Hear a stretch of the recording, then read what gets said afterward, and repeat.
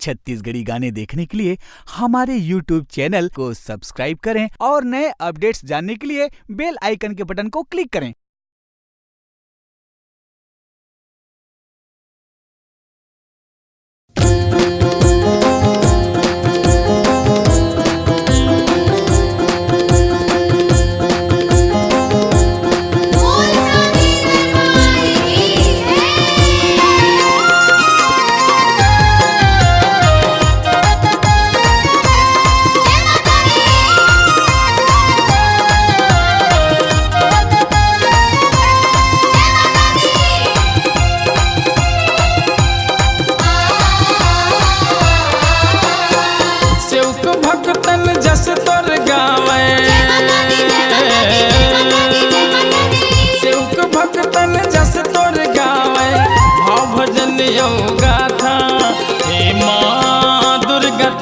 दरबार होवत है जगराता, हे माँ दुर्गा तोर दरबार होवत है जगराता।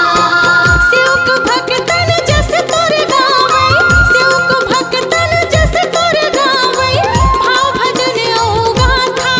हे माँ दुर्गा तोर दरबार होवत है जगराता, हे माँ दुर्गा तोर दरबार होवत है जगराता।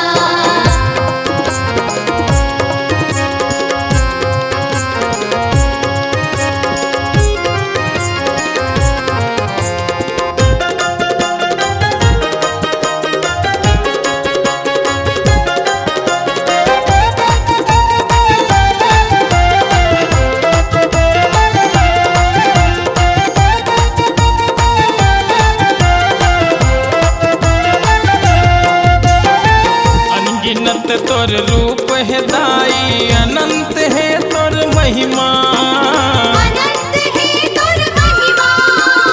तीनों लोक ओ 14 भुवन माँ छाए हसत हीरा, छाए हसत हीरा। शुंभ निशुंभ महिषासुर मारे, शुंभ निशुंभ महिषासुर मारे, बने जगत के माता। हे माँ दुर्गा तोर दरबार होवत है जगराता, हे माँ दुर्गा तोर दरबार होवत है जगराता।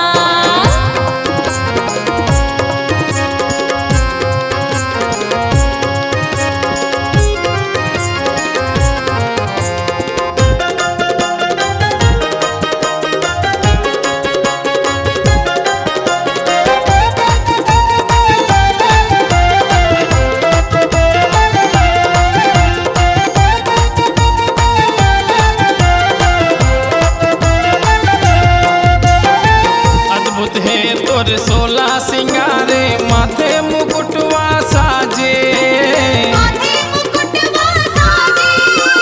चैत कुमार के महीना माताई सरग बरोबर लागे, सरग बरोबर लागे। जगनु उत्तम जस तोर गावे, जगनु उत्तम जस तोर गाय, बलराम चरण के दासा। हे माँ दुर्गा तोर दरबार होवत है जगराता, हे माँ दुर्गा तोर दरबार होवत है जगराता। सेवक भक्तन जस तोर गावे, सेवक भक्तन जस तोर गावे, भाव भजन यो गाथा। हे माँ दुर्गा तोर दरबार होवत है जगराता, हे माँ दुर्गा तोर दरबार होवत है जगराता। सेवक भक्तन जस तोर गावे, सेवक भक्तन जस तोर गावे, भाव भजन यो गाथा। हे माँ दुर्गा तोर दरबार होवत है जगराता, हे माँ दुर्गा तोर दरबार होवत है जगराता।